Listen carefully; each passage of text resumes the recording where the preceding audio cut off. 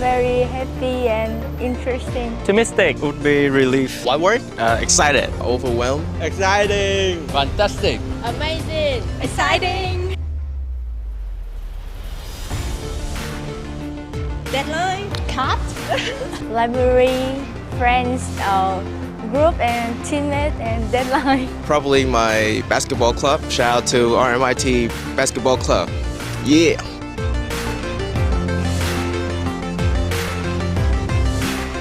Special thanks to Dr. Minh, Dr. Yoshi, and Dr. Nhi Võ for being my wonderful teacher. I would like to give my special thanks to my parents and also all of my friends and the lecturers that I've been.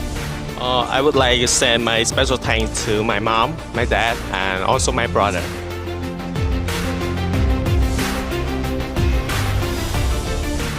Congratulations, RMIT graduates!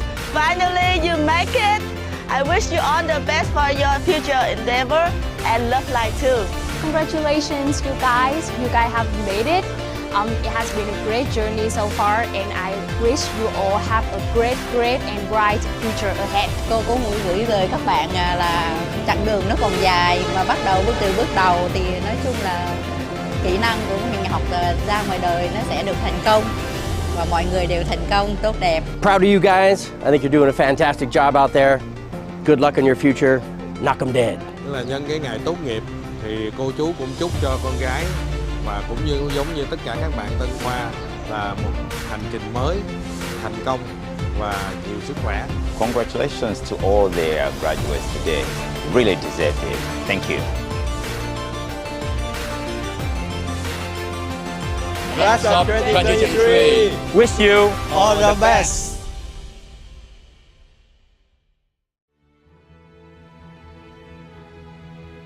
The time at RMIT has a lot of impact on my life. Thanks to the time at RMIT, it's helped me really firm on which is the career path I want to go. And I can study better when I receive a lot of support from here. I'm very proud to become a member in RMIT. The Australian education system that has been brought here to Vietnam is second to none. The world-class facilities that they offer, the way that they train their students in real-life scenarios, get them prepared for the next generation of the working skill here. To me, RMIT has certain difference to others. The knowledge is very modern, up to date with the latest change in the world of technologies. The time at RMIT has really shaped me up in terms of firstly the mindset, and then the knowledge horizon, and then the third lane is the skill set, and actually it's the skill set of many variable aspects in industry. The strong network from RMIT with the industry is something that not all of the university would have. One of the things that I mostly learned is the confidence for myself. So when I join clubs, when I join student council, I've learned a lot from my mentors, from my seniors, about how I can thrive out my confidence, how I can communicate with key stakeholders in the university, and how I can persuade and also communicate to represent for student bodies. My career has been shaped by my time at RMIT. I got my first gig at building startup was right here at RMIT when I worked on my IT clubs, and the experience at RMIT has been invaluable. The career consultation is extremely useful because I found that all of our career services is really help the students to find their directions and prepare for the career, that is not what the service is able to provide by most 3,000 education institutions in Vietnam. RMIT students play a great role in our hotel actually. That's thanks to the fantastic training that RMIT gives them and the education.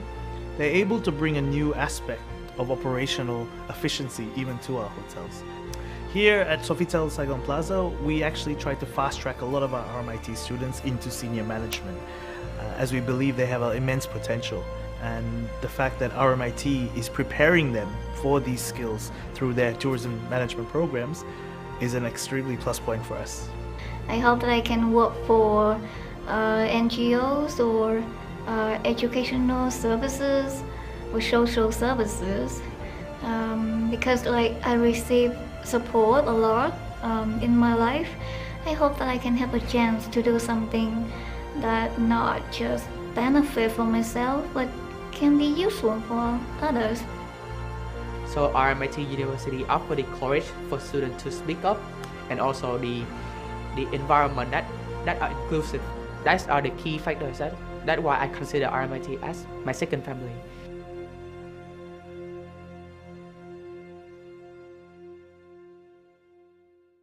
As a university, RMIT is deeply engaged in all the communities in which we operate, partnering to drive positive impact and address shared challenges and opportunities for the Asia-Pacific region. And RMIT in Vietnam is the heart of our regional network.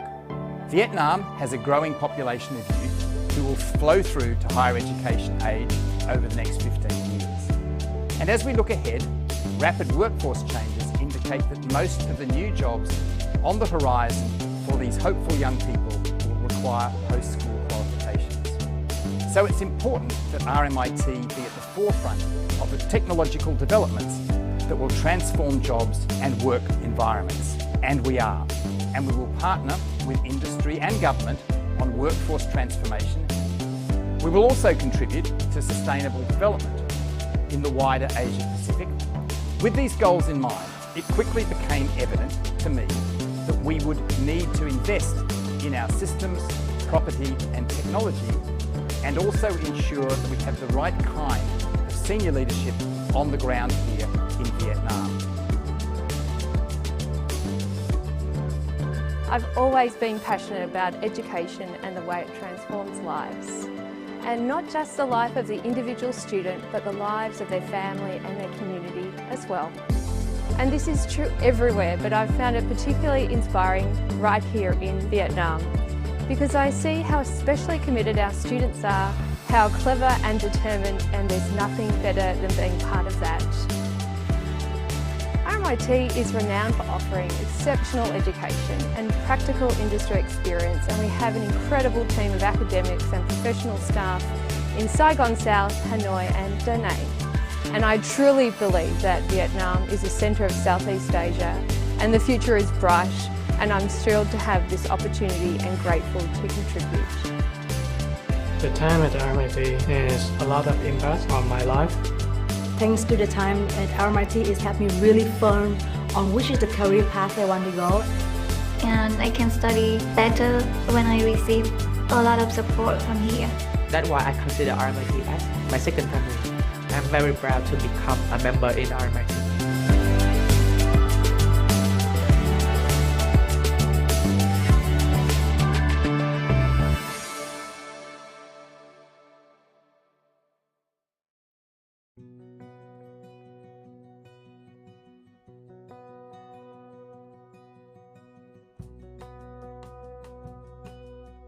I think as a symbol for the university is very much an attempt to try and bring together or emphasise what it is that RMIT considers to be its strengths in terms of technology and design and its aspirations in those areas. The university was looking at redeveloping a mace, and we took on board that project from both an architectural and an industrial design perspective.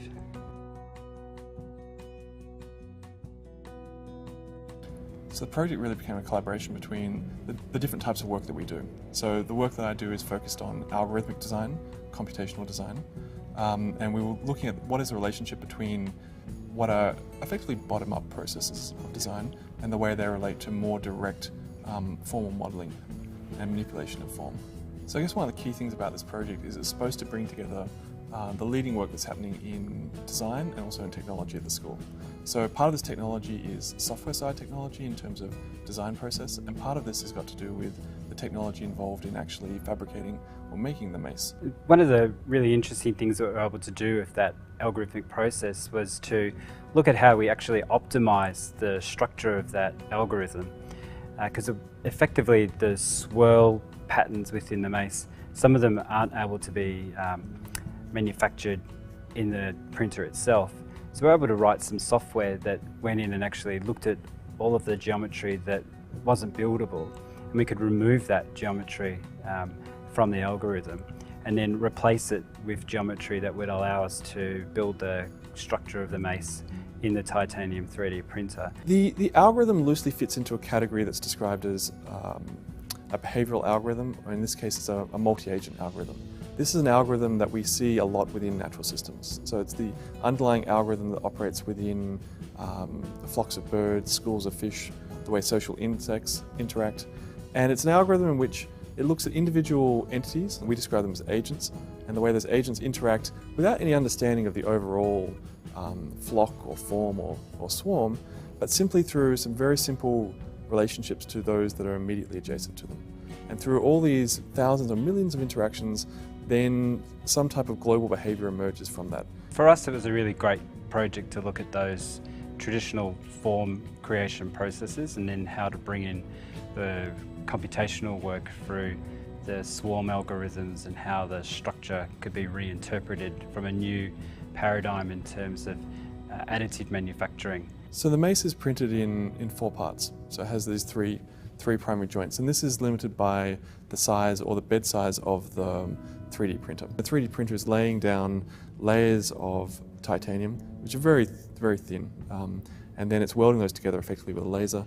In the end, you end up having a volume of titanium powder, some of which is fused together, welded together, and that becomes the object. But suddenly when you're printing something at this small scale, the technology completely changes, and so to realise that the best person to fix the different parts together is a jewellery designer, somebody who's able to actually weld titanium under a microscope at incredibly fine scales. Putting together the mace, we were hand linishing and hand polishing components and checking fit and bringing the mace together to really, in effect, to have a gap of the thickness of someone's hair. The way that the current mace is formed, that it really shows how RMIT can work together to collaborate and how those strengths work between design, engineering and gold and silversmithing in this case to bring the MACE to fruition.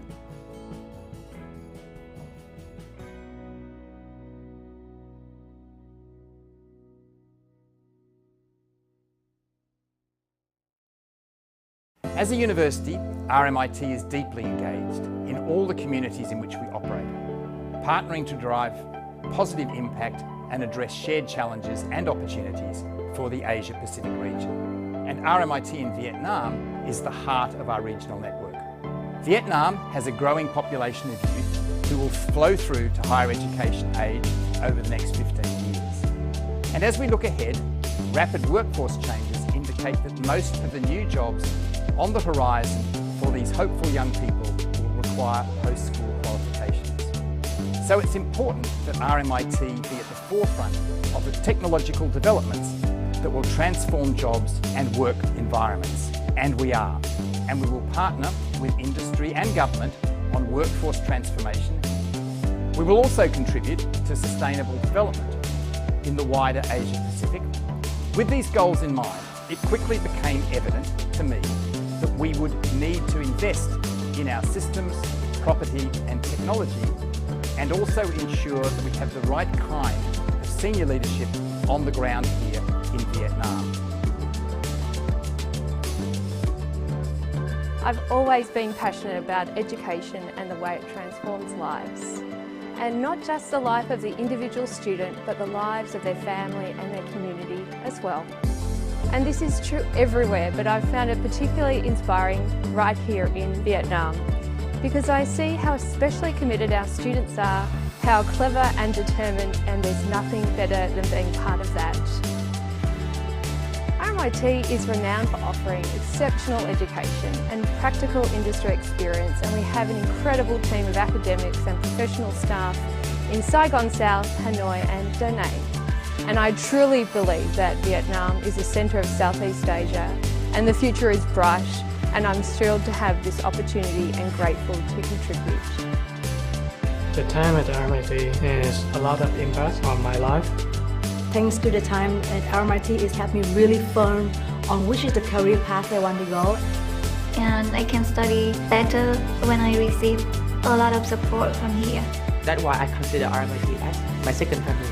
I'm very proud to become a member in RMIT.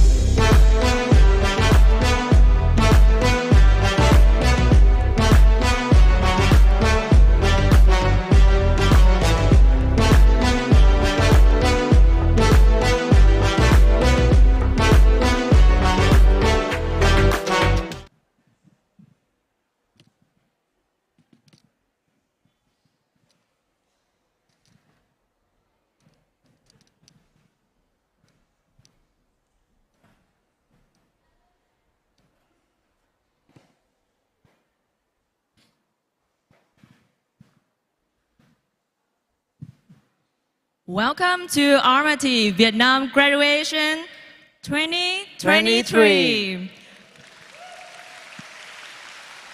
Before we begin the formal proceedings, I would love to remind our guests of a few things. Chào mừng quý khách đến tham dự buổi lễ tốt nghiệp Đại học RMIT năm 2023. Trước khi buổi lễ bắt đầu, xin quý vị quan khách lưu ý một số quy định sau. Please turn off your mobile phones or switch to a silent mode during the ceremony. Quý khách vui lòng tắt điện thoại di động hoặc chuyển sang chế độ yên lặng để buổi lễ được diễn ra tốt đẹp. In the unlikely event there is emergency, we have a medical center located on the building on the left-hand side. In the fire alarm sounds, please make your ways to the nearest exit. Trong trường hợp khẩn cấp, chúng tôi có trung tâm y tế nằm bên tay trái của quý vị. Quý khách vui lòng sử dụng lối thoát hiểm gần nhất nếu có chuông báo cháy. Please do not leave your belongings unattended. Xin quý khách vui lòng lưu ý đồ đạc tư trang của mình. Please do not approach the stage area during the ceremony to take the photo. Edit and speed the movement of graduates to and from the stage. Professional photographers will be taking photos when graduates receive their awards on stage. Để không ảnh hưởng đến trình tự buổi lễ, trong quá trình diễn ra buổi lễ, xin quý khách giữ nguyên chỗ ngồi và không chụp hình các tân khoa trên sân khấu. Trường đã có thợ chụp hình chuyên nghiệp cho các tân khoa khi lên sân khấu nhận bằng. RMIT Vietnam graduation will be live streamed and footage will be available online, YouTube and Facebook after the event. The live stream may include images of graduating students, guests and attendees. Lễ tốt nghiệp được phát sóng trực tiếp và đoạn ghi hình sẽ được đăng tải trên YouTube và Facebook sau khi sự kiện kết thúc. Xin lưu ý, hình ảnh của tân khoa, quý vị phụ huynh và quan khách có thể được ghi lại trong buổi phát sóng trực tiếp. Now please welcome our student performance, Kiến Nguyên from Saigon South Campus Music Club singing Man in the Mirror. Mở đầu chương trình sẽ là phần trình diễn của Kỷ Nguyên tới từ câu lạc bộ âm nhạc cơ sở Nam Sài Gòn với bài hát Man in the Mirror.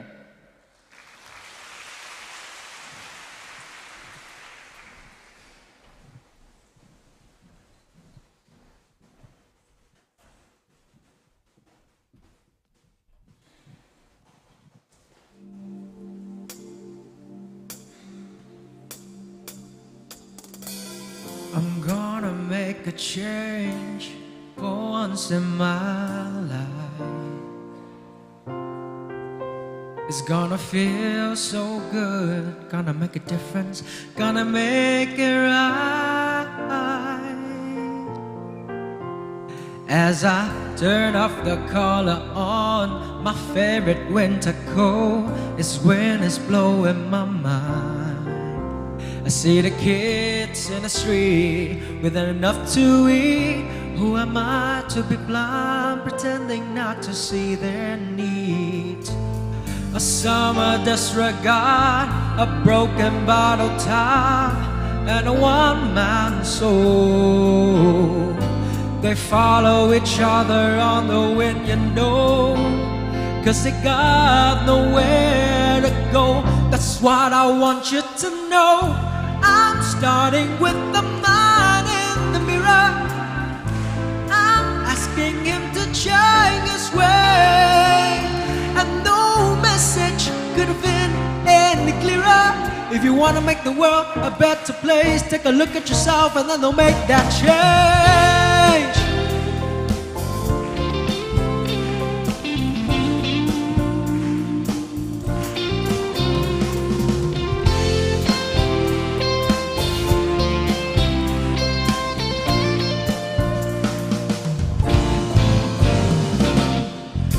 Been a victim of a selfish kind of love.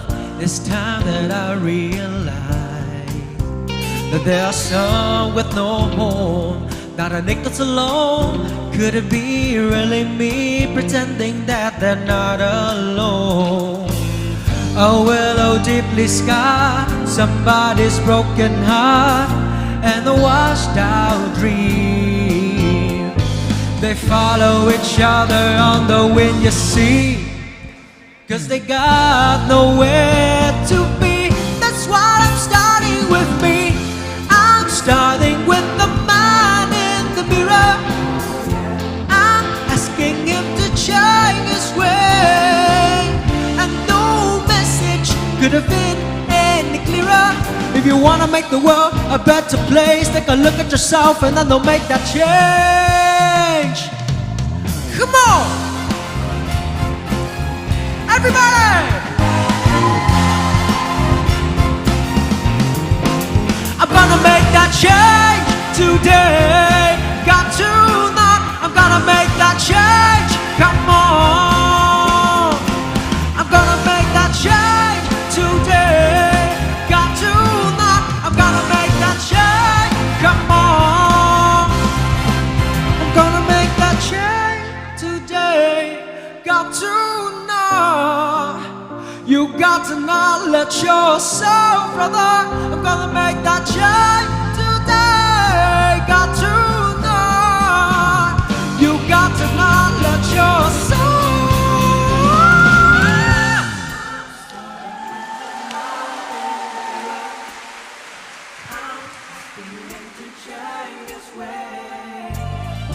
No message could have been any clearer.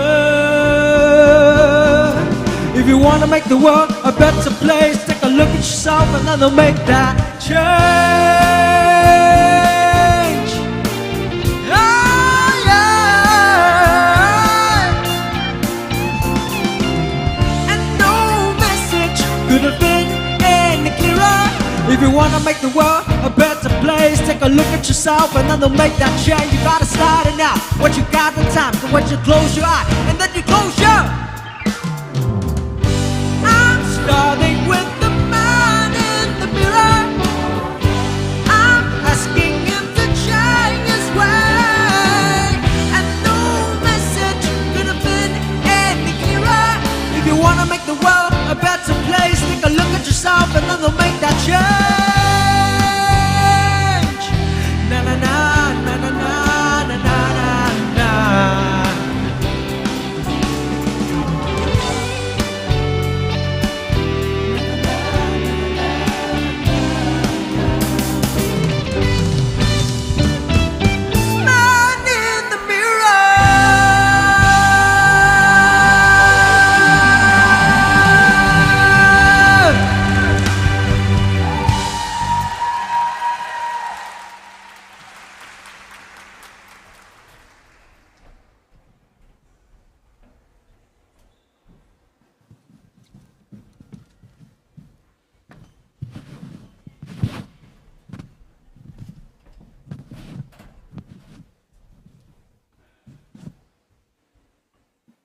Thank you, Kỷ Nguyên, for that wonderful performance. Cảm ơn Kỷ Nguyên về màn trình diễn thật tuyệt vời.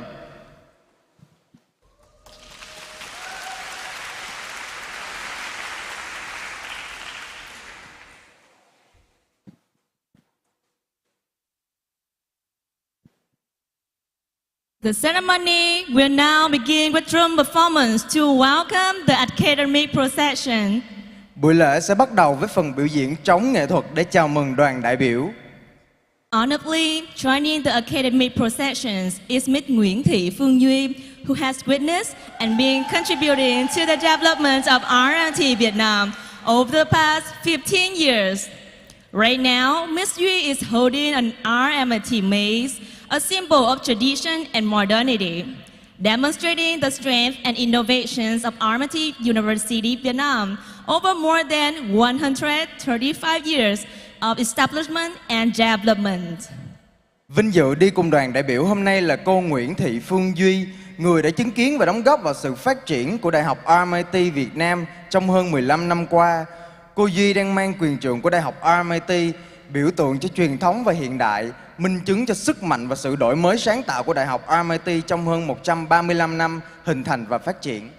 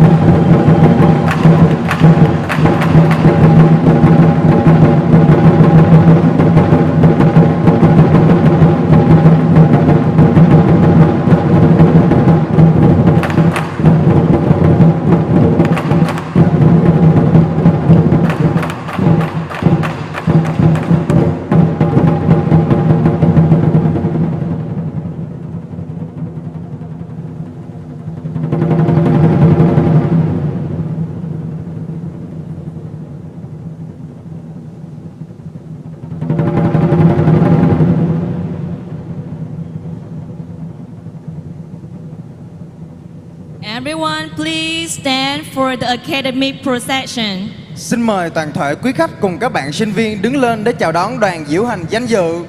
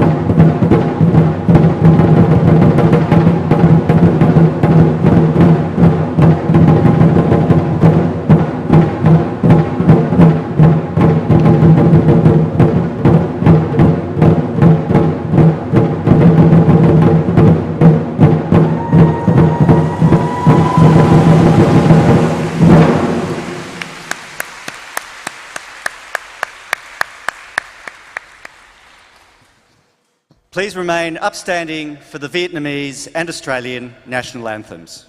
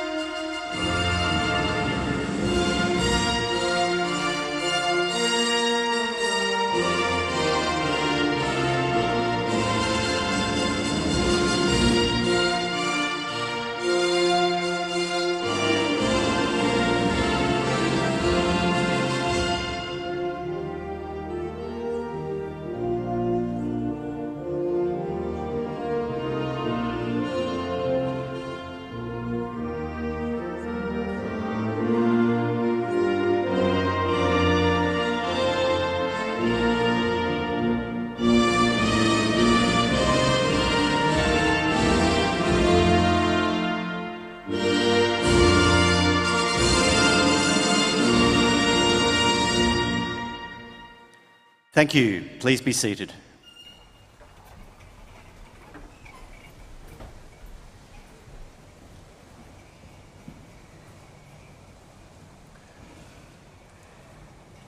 Chancellor, Vice-Chancellor, Ms. Sarah Hooper, Australian Consul-General to Ho Chi Minh City, honoured guests, staff, graduands, family and friends. Good morning, everyone, and welcome to the RMIT Vietnam 2023 Saigon South Campus graduation ceremony at the Recreation and Event Complex.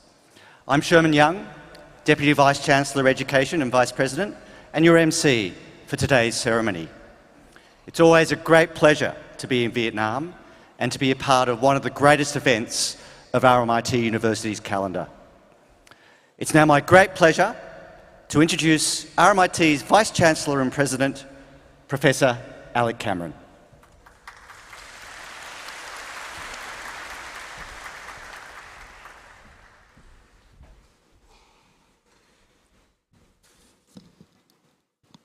Thank you. Hello everyone, xin chào.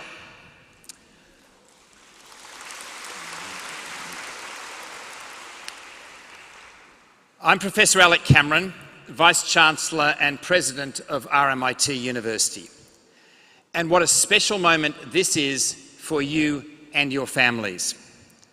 This is my second graduation week in Vietnam, and I'm so delighted to share this occasion with you. Quite some years ago, I sat, as you, our new graduates, do now, waiting for my degree to be conferred and to officially adopt the mantle of a graduate in my field. But I remember the gravitas of the moment decades later. Graduating today means that you have persisted through uniquely challenging times with the COVID pandemic. It shows you are determined to achieve and that you have the capacity to adapt and the strength to swim against the tide. And more than anything, it demonstrates that you are resilient, and this is the most valued characteristic of our times. So you might look around this audience and wonder what you could possibly have in common with this sea of people graduating from such a range of disciplines. But you are so much more similar than you are different. You are motivated, not defeated by your circumstances. And you've shown you can make your way towards your goals despite immense distraction. And this is an important thing because the times in which we live are testing and full of distractions.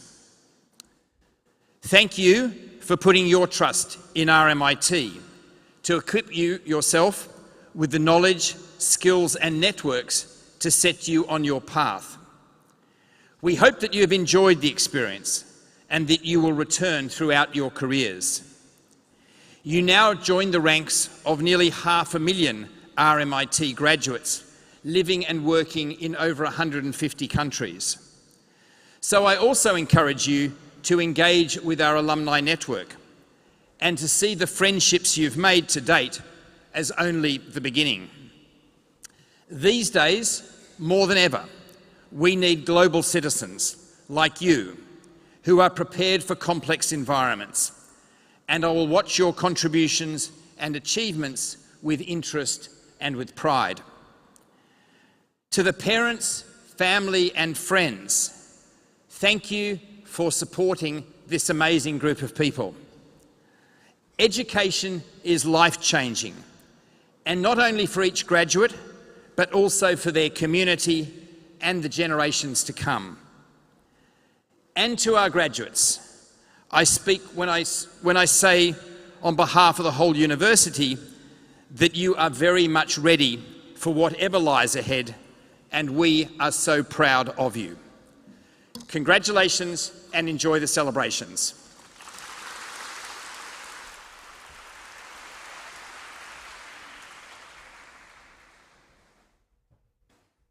Thank you, Vice-Chancellor. I'm now honoured to introduce our keynote speaker, Ms. Sarah Hooper, Australian Consul-General to Ho Chi Minh City. Ms. Hooper is a Senior Career Officer with the Department of Foreign Affairs and Trade, DFAT, and has most recently led DFAT's Western Australian State Office. She served overseas in New Delhi and Jakarta, and as an exchange officer in Brunei. Ms. Hooper holds an Executive Master of Public Administration from the University of Western Australia and a Bachelor of Arts in Asian Studies from the Australian National University. She's one of the key people to lead and build the Australia-Vietnam relationship, making it stronger, enhancing the economic engagement, deepening strategic defence and security cooperation, and building our knowledge and innovation partnerships. Please welcome Ms. Sarah Hooper.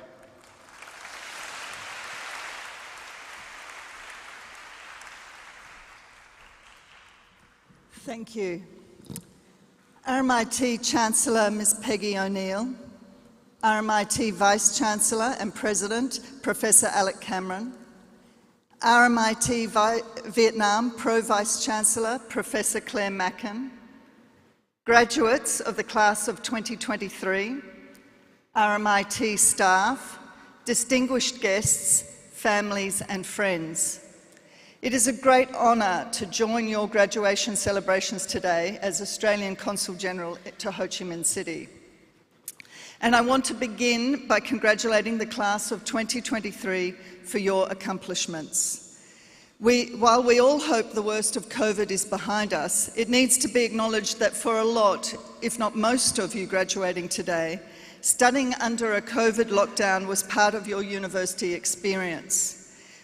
Your accomplishments are all the more noteworthy for having managed through these difficult circumstances. It has been a real joy of mine, however, to be able to visit this campus, which I've been privileged to do on several occasions over the last year, and to experience the vibe of a university full of students and back to full in-person normal. I am glad you have had that campus life as part of your university experience also. 2023 marks an important milestone in the bilateral relationship between Australia and Vietnam. It is 50 years since the two governments commenced a formal relationship after the signing of the Paris Peace Accords in January 1973. We are celebrating 2023, and I'm very pleased RMIT is celebrating with us, for we have achieved a great deal in 50 years. But just as you are celebrating your achievements as graduates today, our focus is not only on what we have achieved, but what we will do with the future. Your focus and your celebration, this very ceremony today, is all about the future. And just as it is for the future of the Australia-Vietnam bilateral relationship, education is a foundation stone for your future also. You've worked hard and earned a world-class qualification from a world-class institution. Your RMIT education sets you up, as it has for the 17,000 alumni from RMIT Vietnam before you, to create your own definition of excellence. You're entering an alumni community of thinkers and producers, and you have an education that is a foundation stone on which you can build your future and the future of your community and your country. We are living in challenging times, and one of the challenges we face is the rapid pace of change. Just as those who formalised modern Australia-Vietnam ties 50 years ago could not have imagined how transformed the relationship would be today, neither can we imagine what your world will be like in 50 or even 20 years from today. And just as your education has set you up for today's challenges, I believe education will set you up and set up our communities, our countries and our world for the challenges of tomorrow. We all need to continue to promote and nurture education and ensure access to education across all corners of our community and the world. We are all on a journey of lifelong learning, one that commits us to further education, both the formal and informal type of education. In that way, today marks for all of you a step forward in your lifelong journey, whether you are earning your first university qualification, your second or more. I'm excited to think about the life journey you have ahead with your Australian qualifications as your foundation stone. I congratulate you all on taking this step.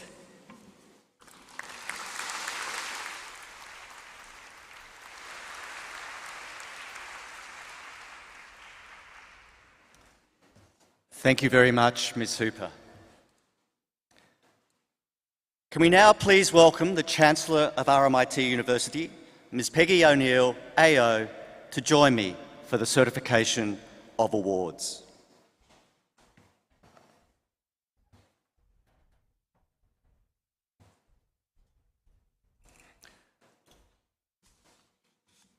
Education is life-changing, and an education gained at a university of this calibre is a career game-changer. You have all demonstrated exceptional resilience, determination and capacity to adapt to whatever comes your way, and you should feel very confident that you've got what it takes to succeed. You're an exceptional group of people, and today, as we celebrate the end of one chapter of your story, another one opens. It's time to recognise and pay tribute to you and all the hard work and commitment that have brought you to this moment. I will present your names to our Chancellor, who will then formally certify your award.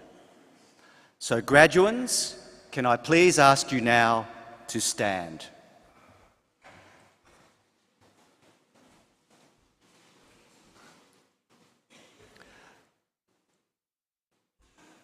On the advice and on behalf of the RMIT Academic Registrar, I will present your names to the Chancellor, who will then certify your award. Chancellor, I certify to you that the candidates presented here today have fulfilled the conditions prescribed for admission to the named awards of the Royal Melbourne Institute of Technology and are entitled to be admitted to the rights and privileges of these awards.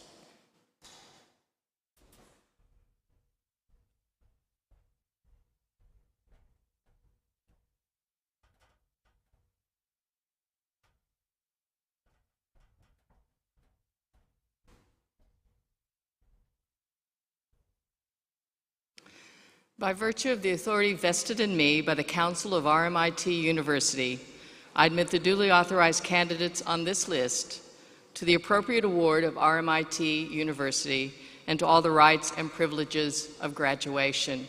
Congratulations to all of you.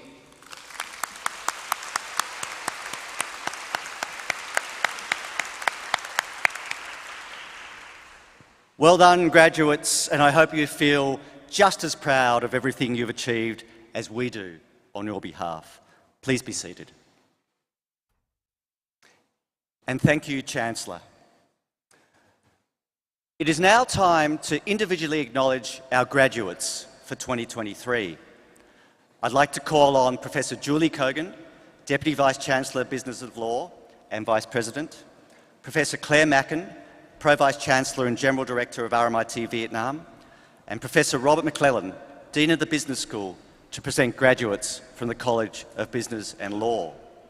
They will be joined by Dr. Dui Pham, Senior Lecturer, HDR Coordinator of the Business School, and Dr. Mai Narayanan, Head of the Office of Research and Innovation, to greet the PhD graduates as they come onto stage.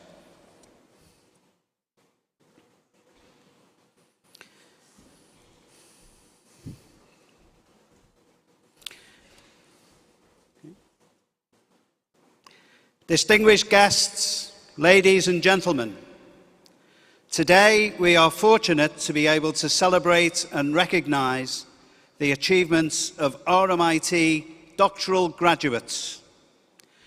The years of dedication of their research within their field contributes to invaluable knowledge for the communities within which we operate. Chancellor, I have the honour to present for the degree of Doctor of Philosophy, Dr. Lê Nguyen Quynh Hung,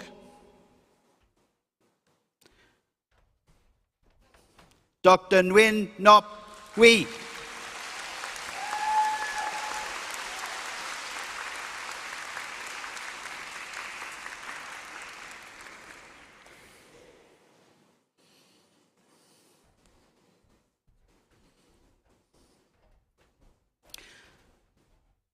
Dr. Đơ Thi Quang Mai,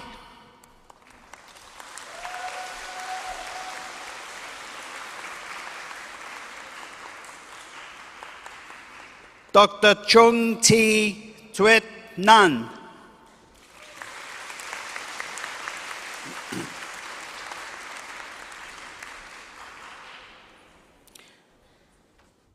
Dr. Hoang Ye Tin,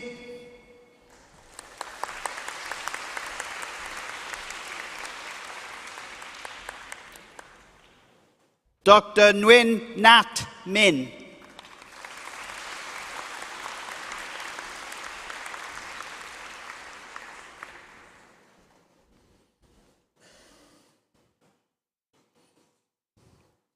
thank you, Dr. Mahi Narayanan and Dr. Dui Pham.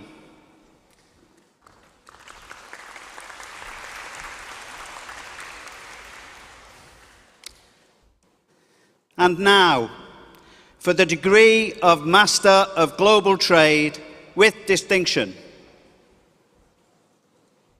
Thạc sĩ Thương mại toàn cầu, loại giỏi. Kashish Sanjeev Bahambi.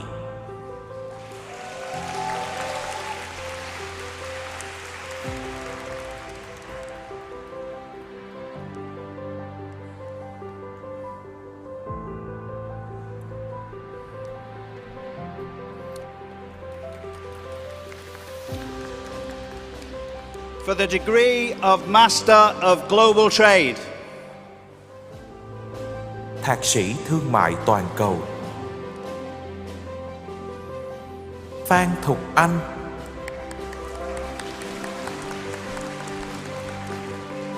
David Jonathan Slatter.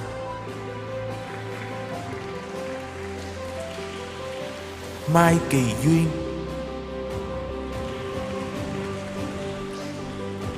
Prajat Jaffrey.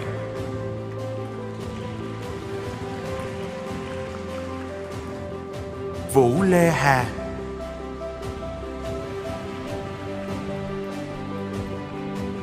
Trần Thi Hoàng.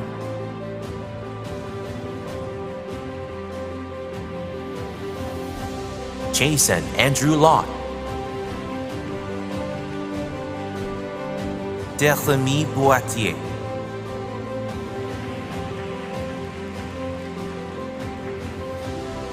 Nguyễn Phương Lan.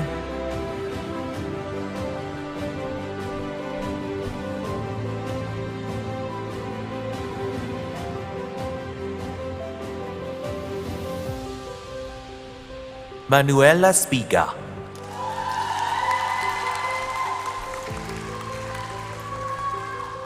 Markel Dunn Fürster.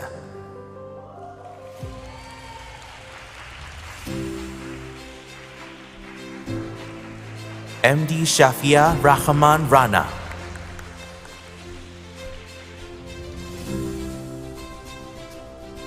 Mohammad Nurun Nobi.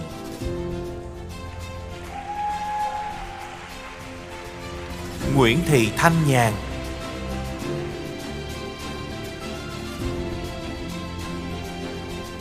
Pankaj Gaur.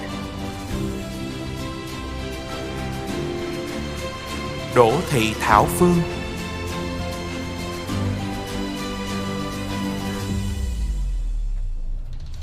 Trần Bích Phương.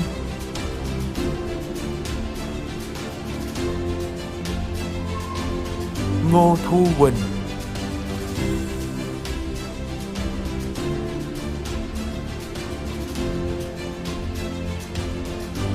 Rakesh Kumar Dayal. Rohan Meherodra.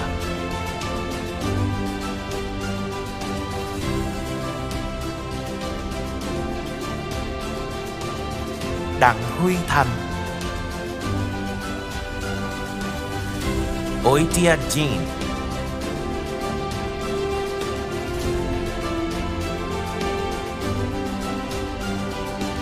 Lưu Lê Khánh Tiên. Lại Hồng Toàn. And finally, Nguyễn Ngọc Bảo Trinh.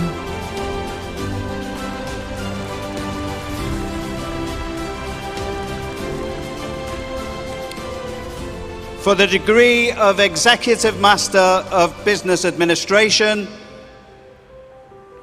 Thạc sĩ Quản trị Kinh doanh cấp quản lý. Trương Vĩnh Khánh.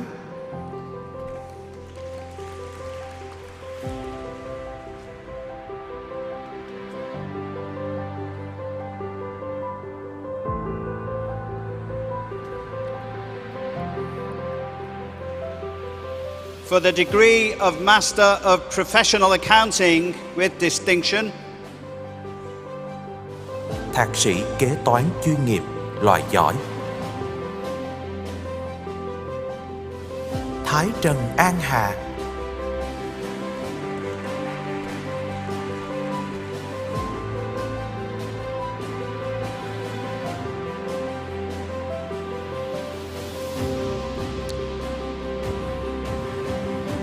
for the degree of Master of Business Administration with distinction. Thạc sĩ Quản trị Kinh doanh loại giỏi.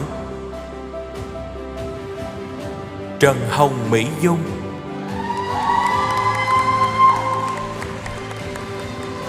Đoàn Cao Hương Thảo.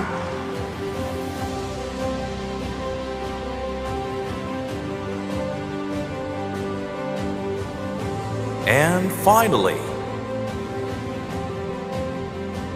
Kim Chong Chan.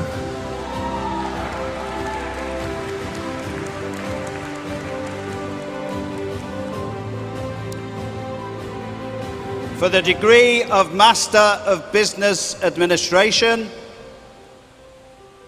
Thạc sĩ Quản trị Kinh doanh. Nguyễn Hải Triều Ân. Nguyễn Ngọc Hoàng Anh.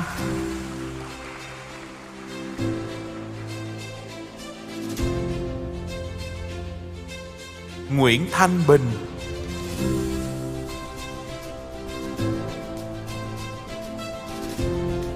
Nguyễn Thanh Sơn Ca.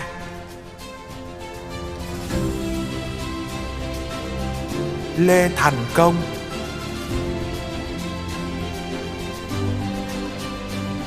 Phạm Minh Đức.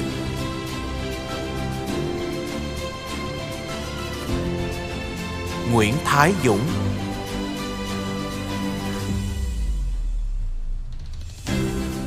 Trịnh Quang Duy.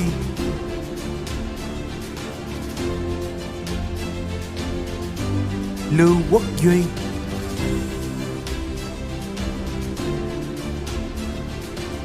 Trần Thị Hương Giang. Lê Thị Mai Hương.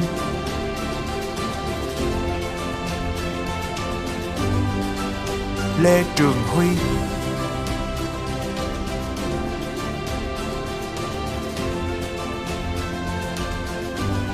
Nguyễn Thị Khánh Huyền.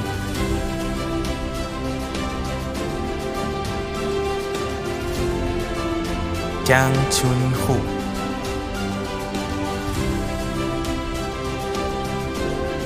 Nguyễn Thị Khánh Linh.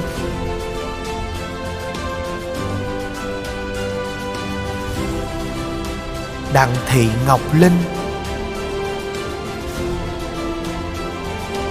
Hoàng Hải Long.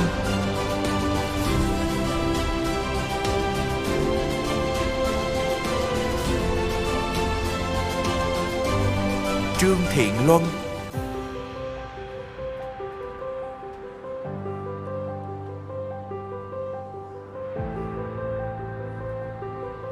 Bùi Trần Hoa Mai.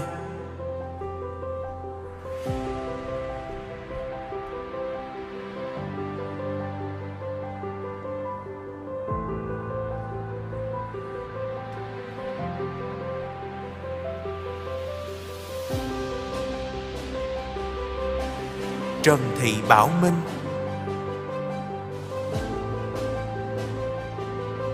Nguyễn Trần Nhật Minh.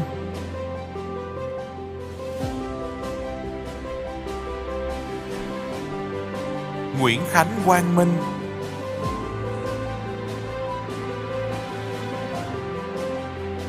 Bùi Nguyễn Minh Ngọc.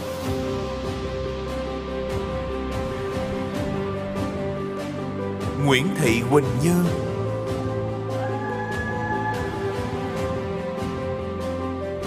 Phan Gia Phúc.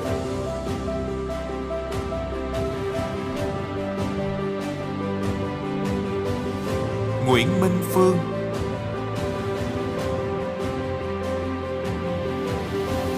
Nguyễn Phạm Ngọc Quyên.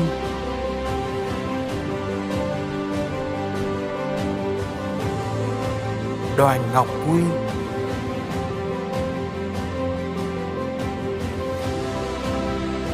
Nguyễn Lê Ái Quỳnh.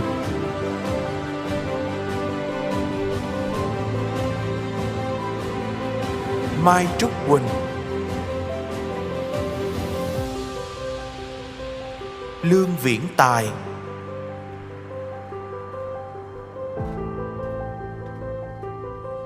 Ngô Thị Thanh Tâm.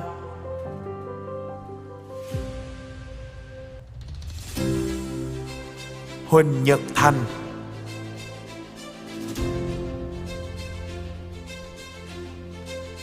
Nguyễn Lê Xuân Thảo,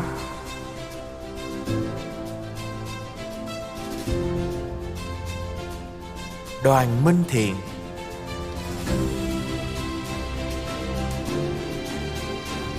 Nguyễn Trường Thịnh,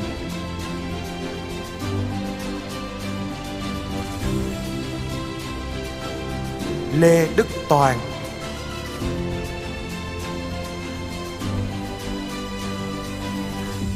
Mai Quốc Song Toàn,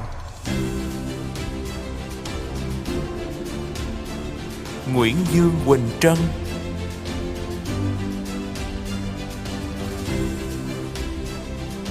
Lữ Thùy Trang,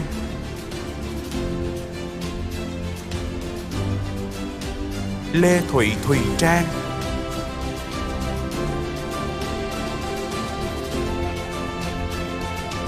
Trần Huỳnh Thảo Trang,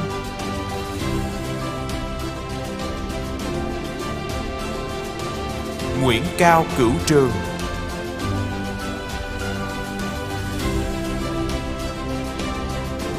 Phạm Nữ Thanh Tú,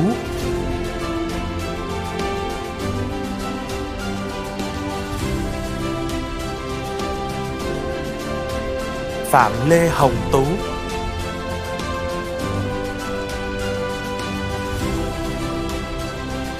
Châu Anh Tuấn,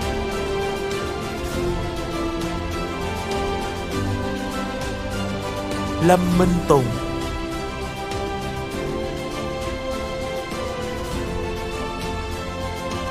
Nguyễn Phước Bạch Tùng, Ngô Trần Tuyết Vân. And finally, Nguyễn Tấn Vinh,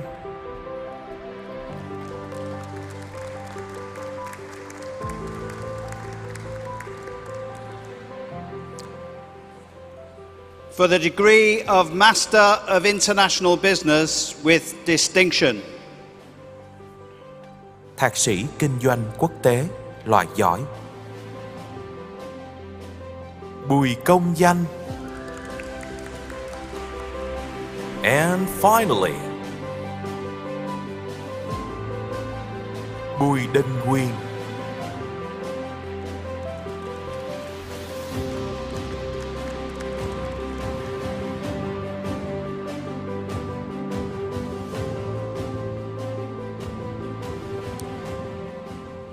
For the degree of Master of International Business. Thạc sĩ Kinh doanh quốc tế. Vũ Đức Anh.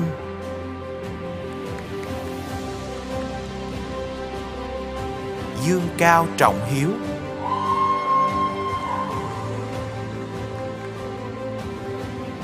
Vũ Cát Khánh.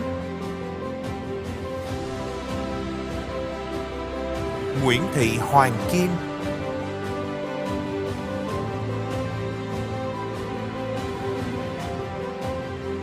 Trần Thị Khánh Linh.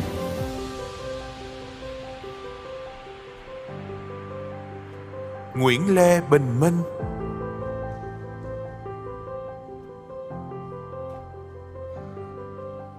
Nguyễn Trần Đăng Quang.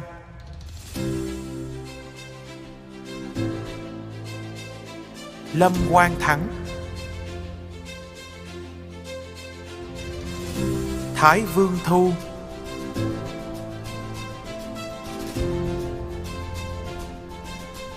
Mai Huỳnh Bảo Trân.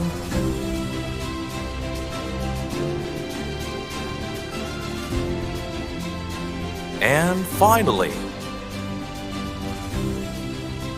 Bùi Doãn Diên.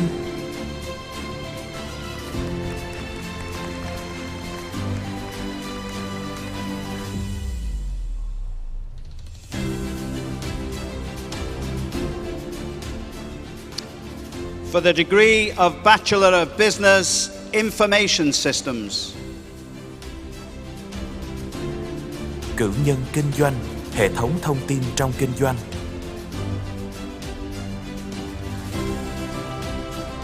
Doãn thanh xuân.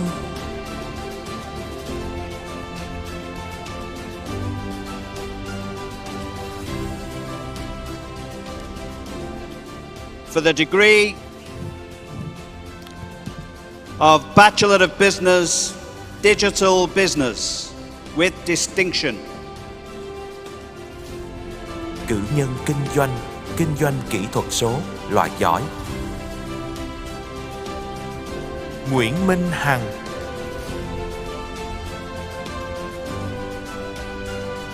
Phan Ngọc Uyển Mai.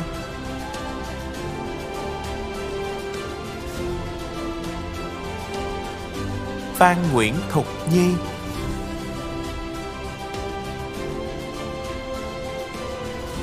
And finally, Trần Hải Yến.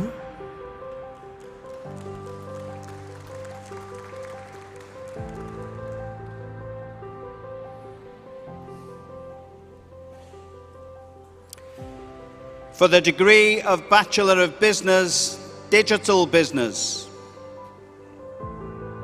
Cử nhân kinh doanh kỹ thuật số. Đỗ Thanh An.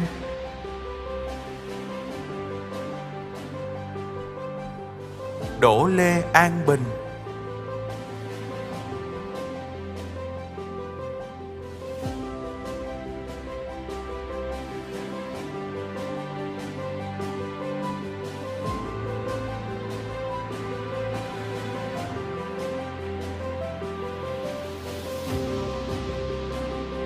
Nguyễn Thị Thu Hiền.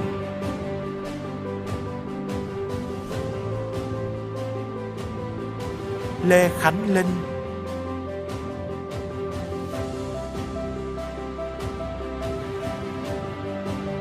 Nguyễn Lê Ngọc Minh.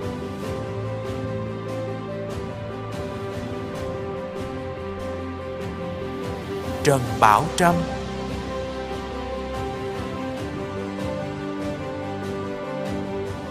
and finally, Phạm Huỳnh Bảo Trân.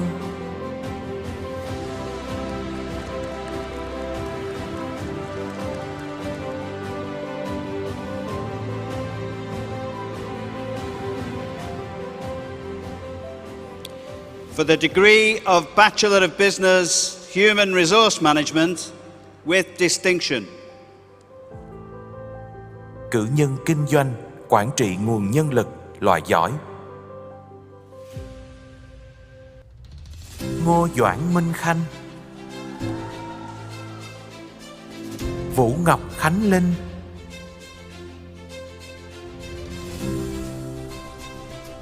Trần Thị Thủy Tiên.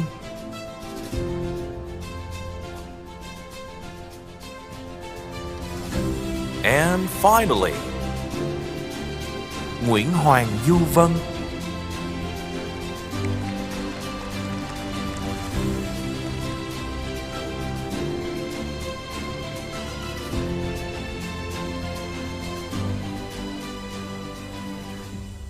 For the degree of Bachelor of Business, Human Resource Management. Cử nhân kinh doanh, quản trị nguồn nhân lực.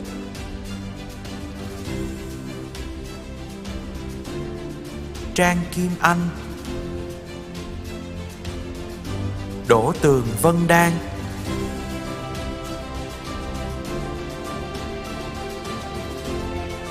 Nguyễn Linh Giang.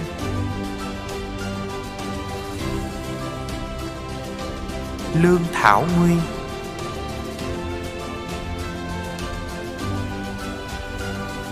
Nguyễn Hà Phương.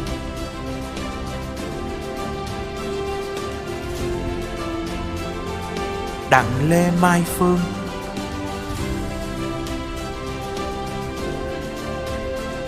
Vũ Hương Thảo.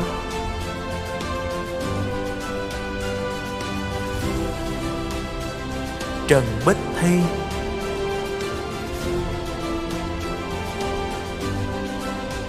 Nguyễn Cao Trí.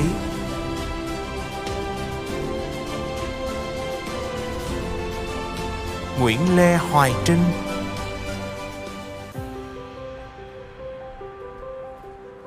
Phạm Thanh Trung.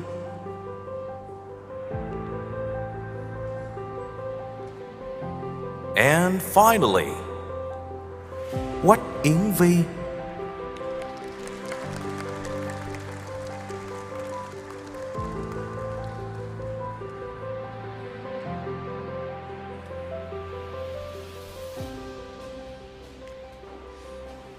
For the degree of Bachelor of Business, International Business with distinction.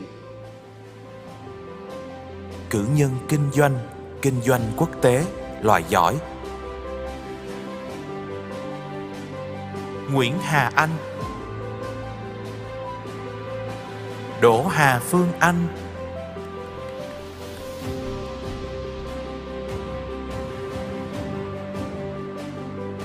Trần Phương Anh,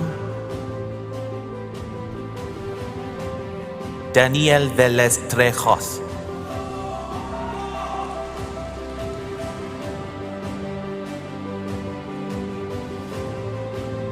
Võ Nguyễn Minh Đoan, Trần Thị Thùy Dung,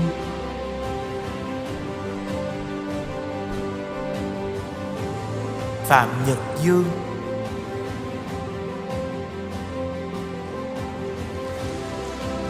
Nguyễn Khánh Hà,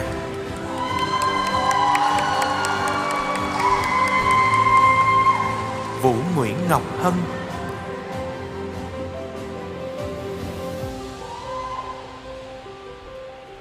Bùi Trung Hiếu,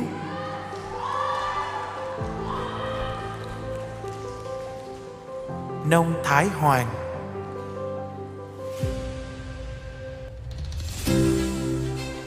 Phạm Nguyễn Gia Hân,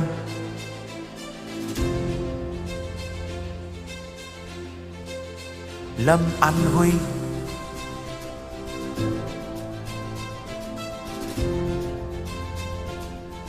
Vương Khánh,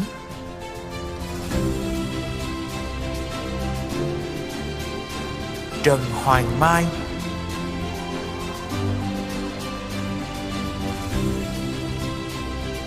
Nguyễn Hiền Muội,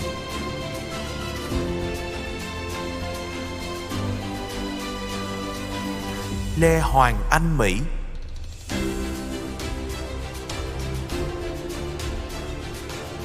Đặng Kim Ngân,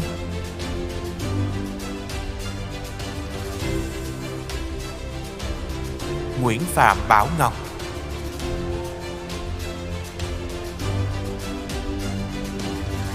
Hồ Đăng Hạnh Nguyên,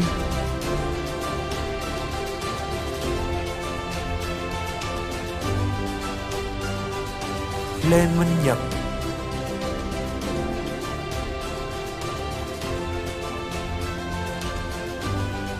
Vương Gia Như,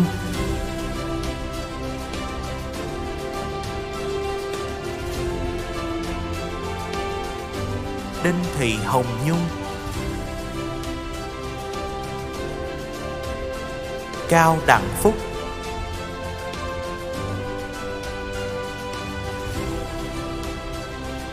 Tăng Nhật Phương,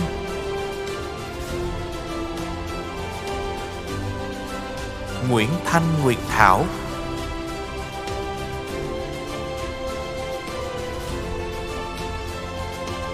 Phạm Phương Thảo,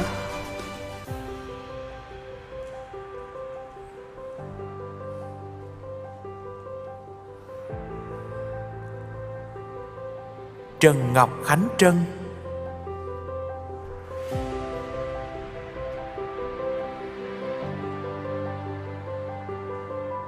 Phạm Trần Tấn Trường,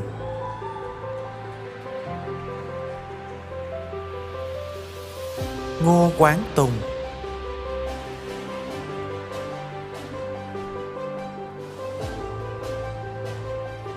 Chung Ngọc Tuyền,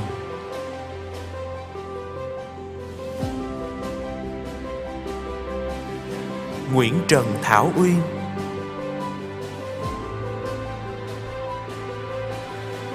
And finally,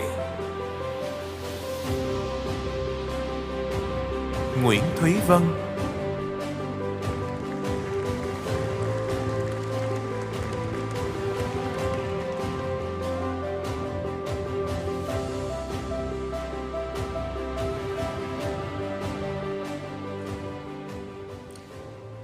for the degree of Bachelor of Business, International Business. Cử nhân kinh doanh quốc tế. Lê Kiều Nhã Ái.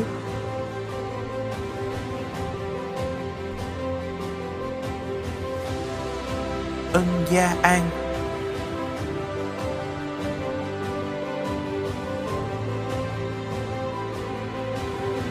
Nguyễn Minh Anh.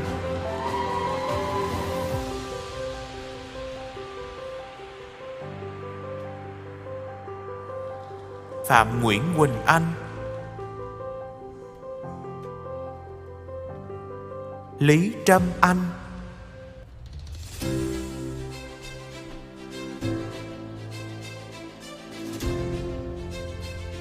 Vương Tấn Bình. Nguyễn Lê Ngọc Châu.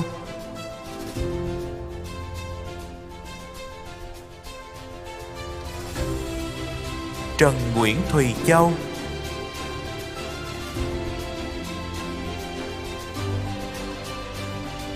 Liêm Yến Trinh.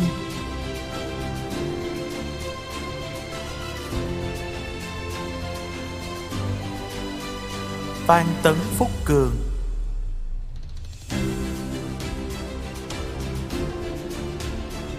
Phạm Lê Phước Đại.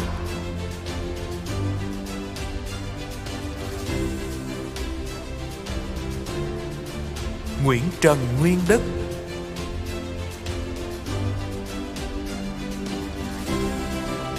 Chu Đức.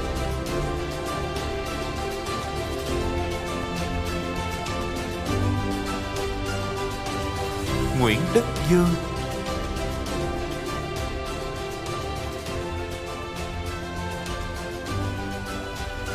Nguyễn Đoàn Lê Duy.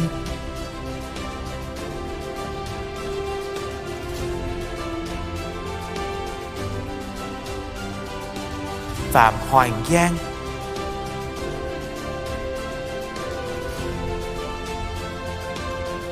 Dogu Glenn.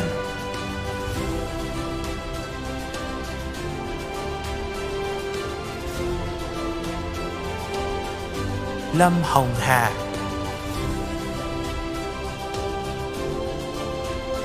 Nguyễn Gia Hân.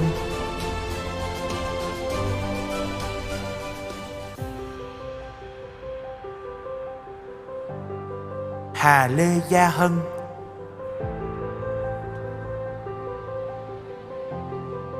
Phan Ngọc Bảo Hân.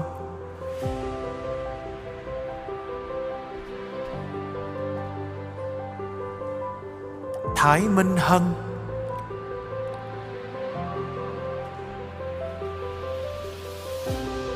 Lương Thị Thu Hằng.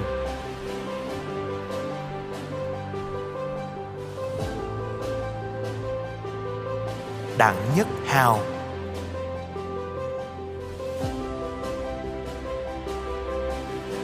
Đoàn Quang Hiệp.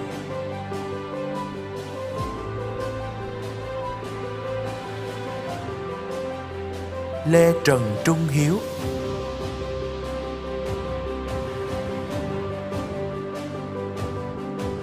Ngô Trung Hiếu.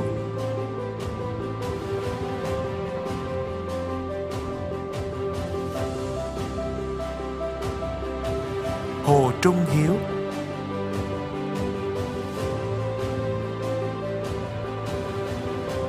Nguyễn Minh Hoàng.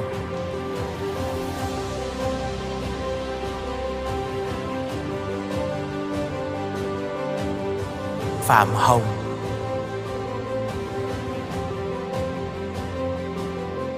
Vũ Mạnh Hùng.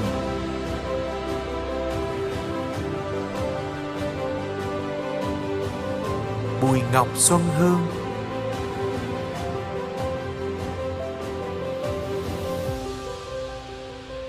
Bùi Đức Huy.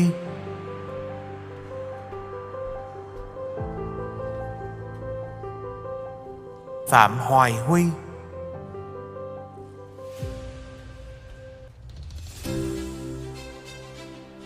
Yakubian Made.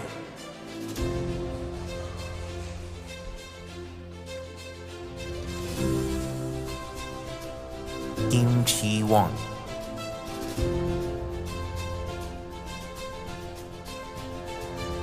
Lý Ken Long,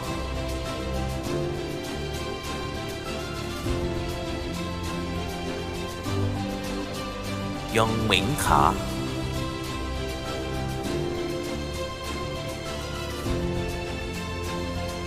Liêu Huỳnh Khang,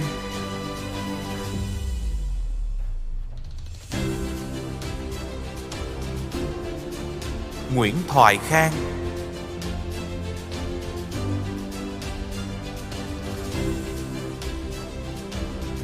Lê Thị Hồng Khanh,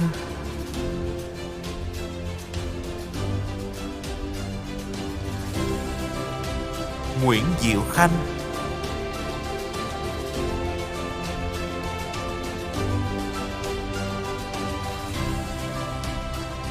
Lê Nguyễn Phương Khanh,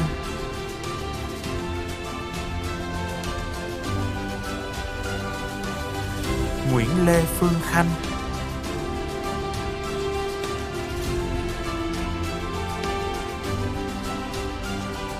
Nguyễn Hoài Khanh,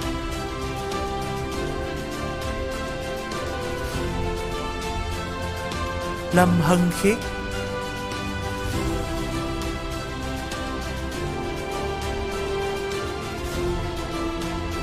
Trần Nguyễn Minh Khoa,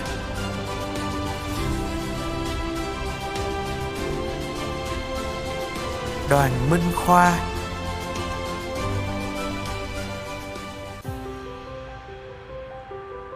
Trương Quang Ngọc Khôi,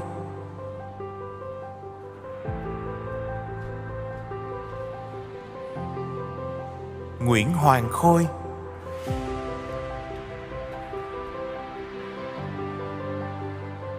Lê Thị Minh Kiến,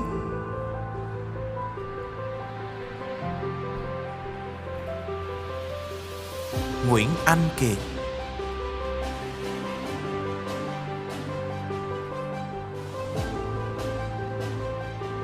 Nguyễn Bá Kiệt,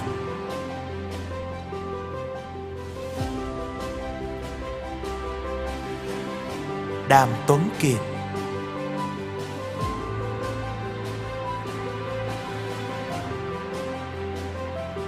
Huỳnh An Kỳ,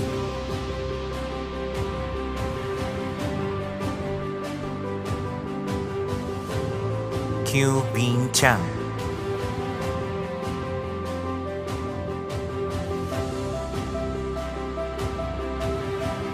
Nguyễn Phước Lâm,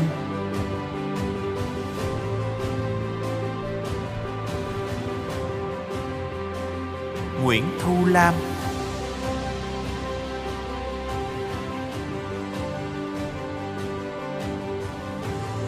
Bùi Thanh Liêm,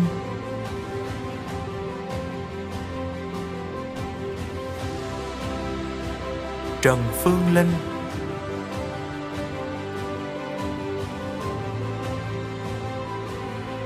Trần Mai Linh,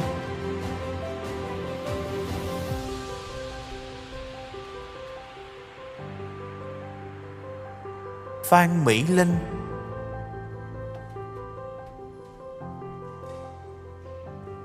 Hoàng Lê Nhật Linh,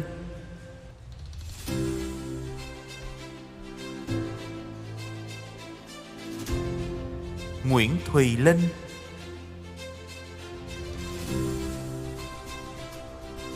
Nguyễn Cao Ngọc Linh,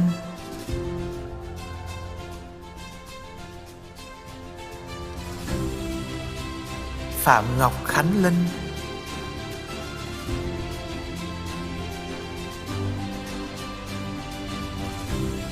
Nguyễn Nhị Hoàng Long,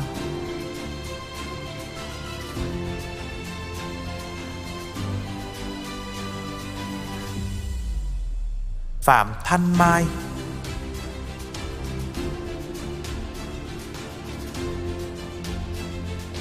Nguyễn Thái Chi Mai,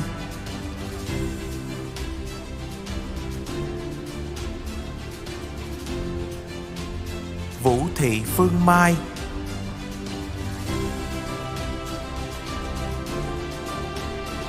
Đào Ngọc Mai,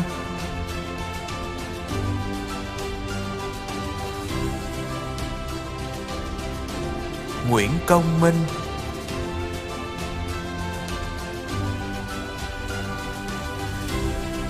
Nguyễn Ngọc Phương Minh,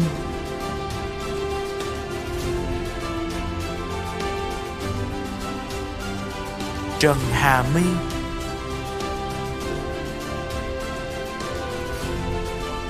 Đặng Tiểu My,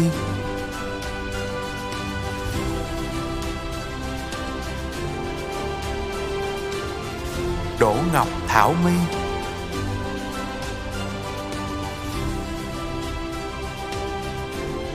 Mỹ Lan Trương Holland,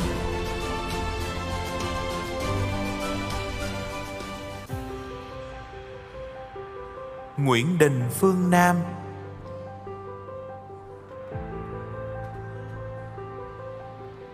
Cao Ngọc Ngân,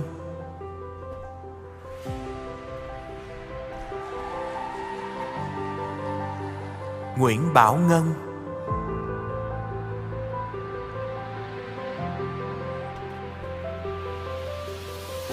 Lê Hoàng Kim Ngân,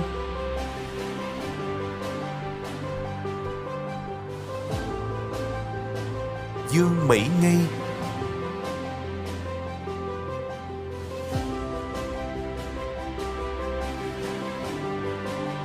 Nguyễn Phúc Nghĩa,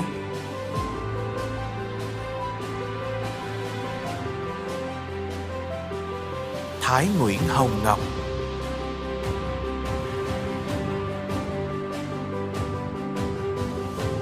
Huỳnh Bá Gia Ngọc,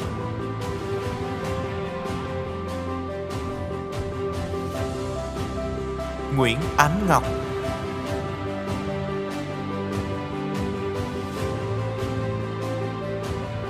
Trần Nguyễn Bảo Ngọc,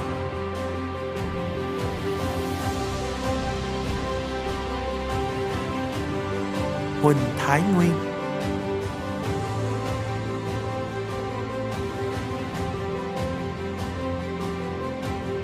Dương Thảo Nguyên,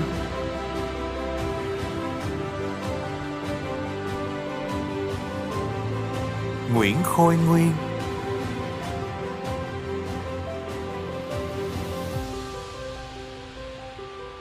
Võ Trung Nguyên,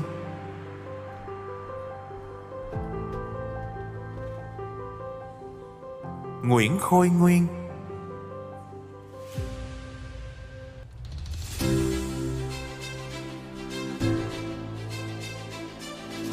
Võ Huỳnh Hoàng Nhi,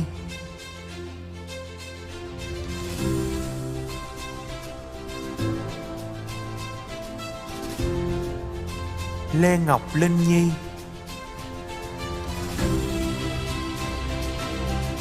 Phạm Yến Nhi,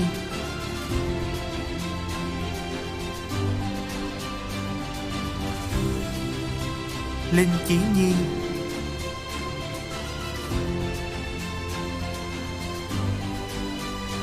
Trần Phương Nhi,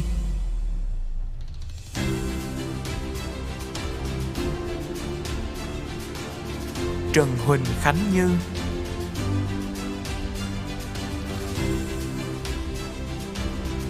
Lâm Quy Như,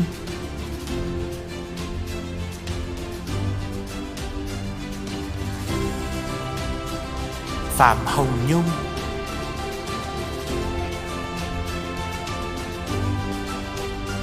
Lê Phát,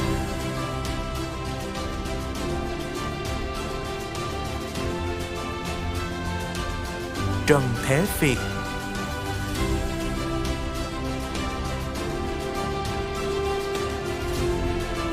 Nguyễn Thanh Phúc,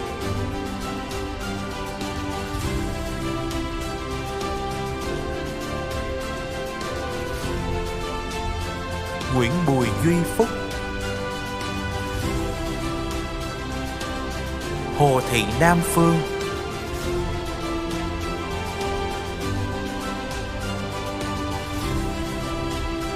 Trần Thị Phương,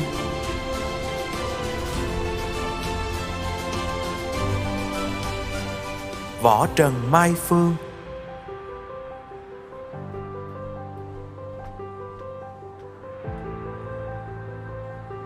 Nguyễn Đông Phương,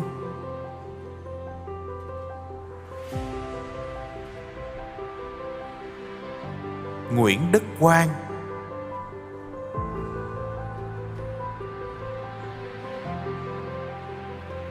Trần Anh Quang,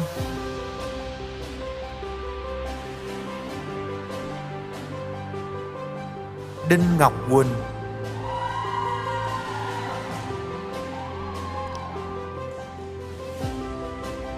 Hà Ngọc Quỳnh,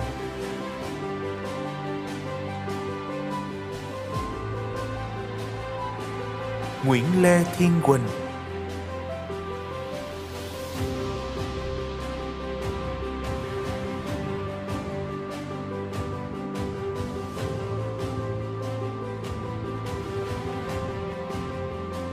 Hoàng Quang Sáng,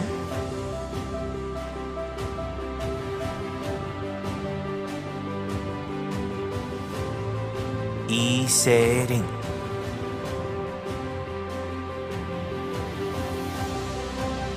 Yosuhyun,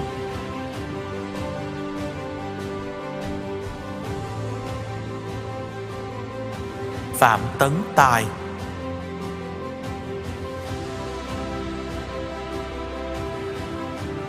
Lưu Khải Tài,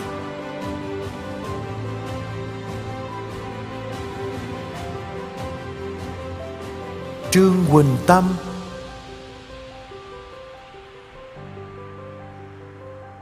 Nguyễn Thiên Tân,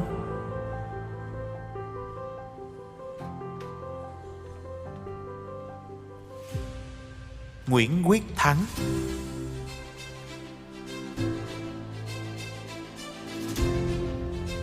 Nguyễn Văn Thành,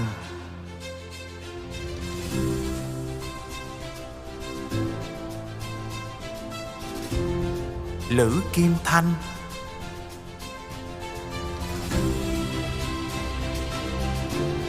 Hồ Ngọc Thanh,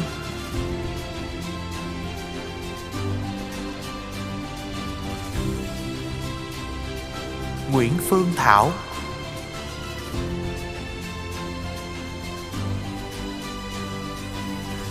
Nguyễn Thị Anh Thi,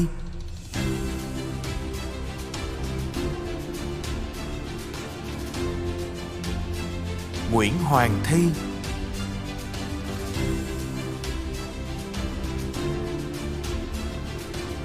Võ Hiếu Thịnh,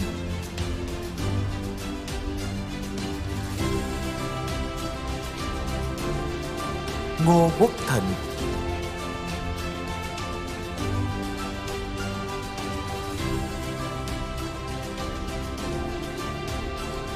Nguyễn Trần Anh Thư,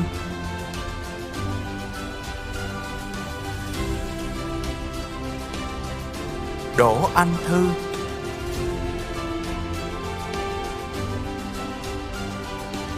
Nguyễn Quốc Thuận,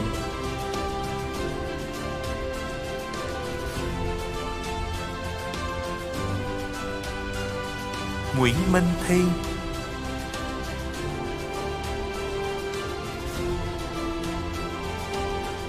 Huỳnh Kha Cát Tiên,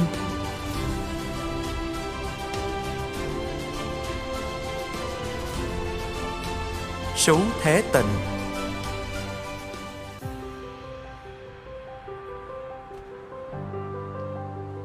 Dư Đức Toàn,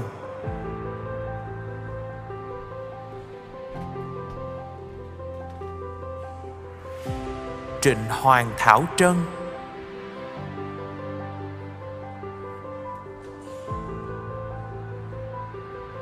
Ninh Huyền Trang,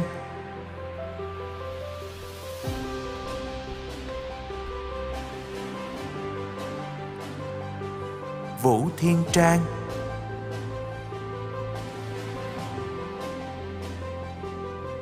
Vòng Minh Trí,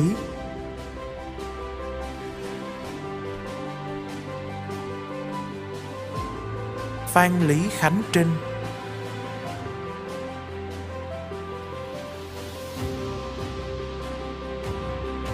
Nguyễn Thị Phương Trinh,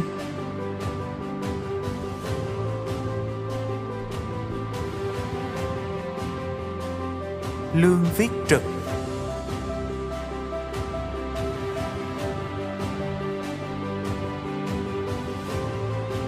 Nguyễn Ngọc Thanh Trúc,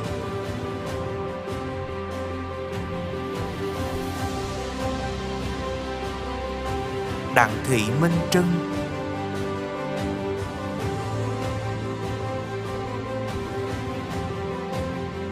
Trương Phùng Tuấn Tú,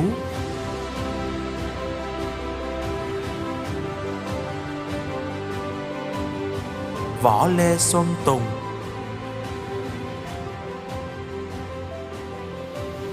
Phạm Sĩ Tùng,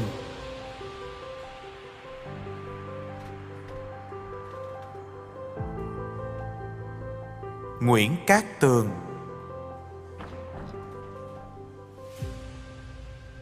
Nguyễn Thị Thanh Tuyền,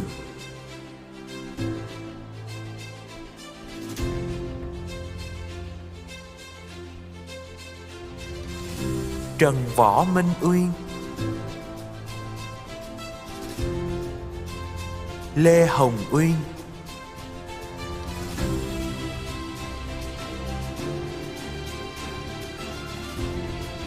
Lý Tú Văn, Trần Nguyễn Tường Vân,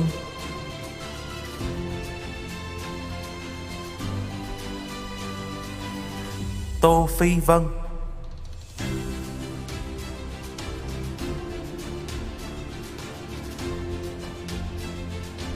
Huỳnh Mỹ Vân,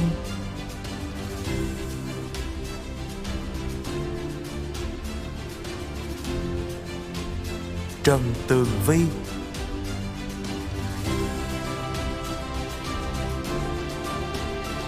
Nguyễn Vương Thảo Vi,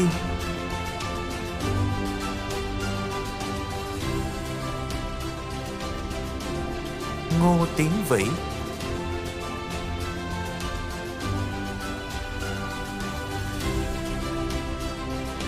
Trần Lê Vinh,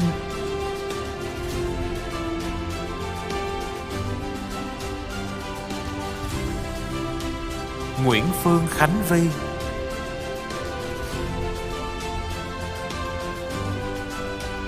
Võ Phạm Thúy Vi,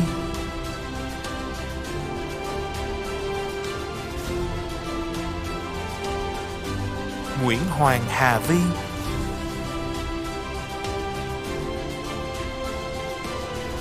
Xuân Đình Thục Vi,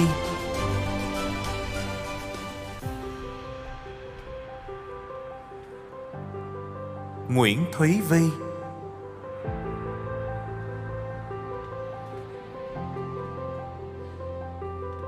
Trương Mỹ Lan Vi,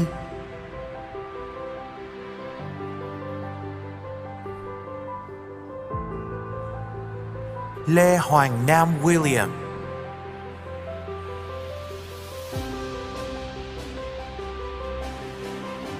Giảng Dâu Niễn,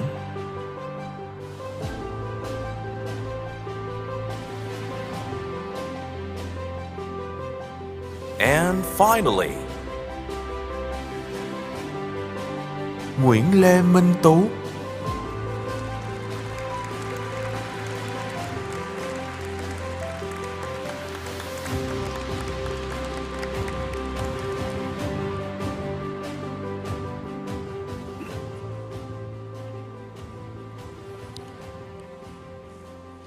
It is my honour now to present our outstanding graduates from the Business School.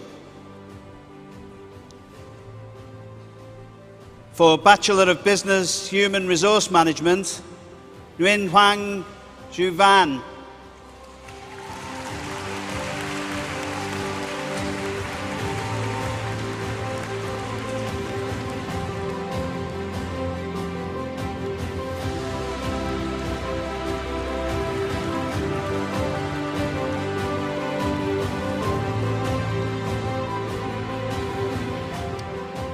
For Bachelor of Business International Business, Nguyen Chan Thao Yuin.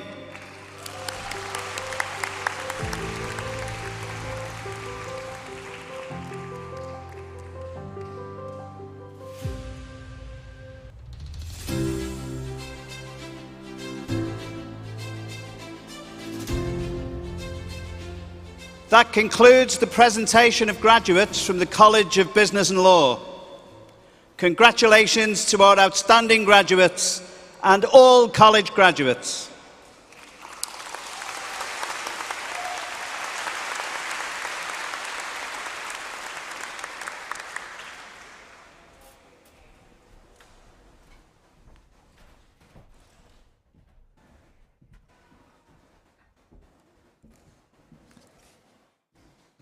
Thank you and congratulations to all of our graduates. It's been an absolute privilege to share this day with all of you. As the class of 2023, you've travelled a remarkable journey to make it to this point. So enjoy the moment. Each and every one of you thoroughly deserve it. I wish you all the best for your future, no matter what path you choose. Thank you and congratulations again.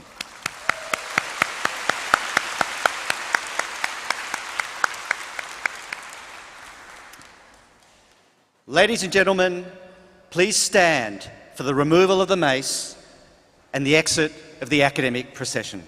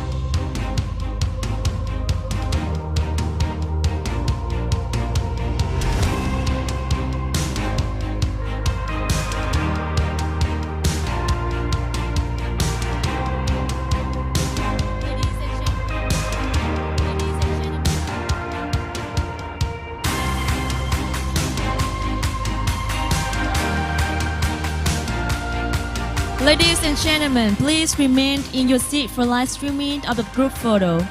Xin quý khách vui lòng ngồi chờ trong ít phút để các tân khoa chụp ảnh kỷ niệm với đoạn diễu hành bên ngoài. Hoạt động chụp hình sẽ được phát sóng trực tiếp trên màn hình trong ít phút. Khán phòng sẽ được mở sau khi phiên chụp hình kết thúc. Xin được nhắc lại, xin quý khách vui lòng ngồi chờ trong ít phút để các tân khoa chụp ảnh kỷ niệm với đoàn biểu diễn bên ngoài. Hoạt động chụp ảnh sẽ được phát sóng trực tiếp trên màn hình trong ít phút. Khán phòng sẽ được mở sau khi phiên chụp hình kết thúc. Ladies and gentlemen, please remain in your seat for live streaming of your group photo.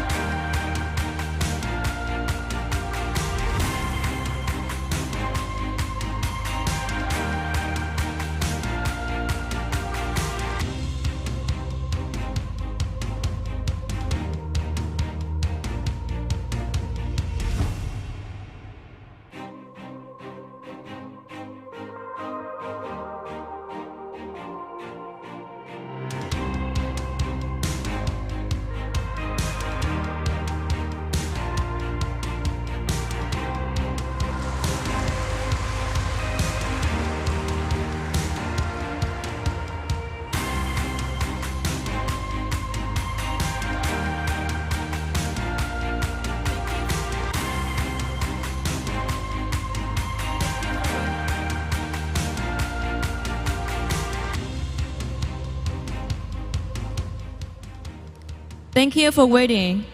We would now like to invite you to join the graduates for a group photo outside as directed by our volunteers. Cảm ơn quý khách đã ngồi chờ. Chúng tôi kính mời quý khách ra chụp hình cùng các tân cử nhân theo sự hướng dẫn của các sinh viên tình nguyện. Please remember to take care of your belongings. The event hall will now be closed to prepare for the afternoon session. Xin quý khách lưu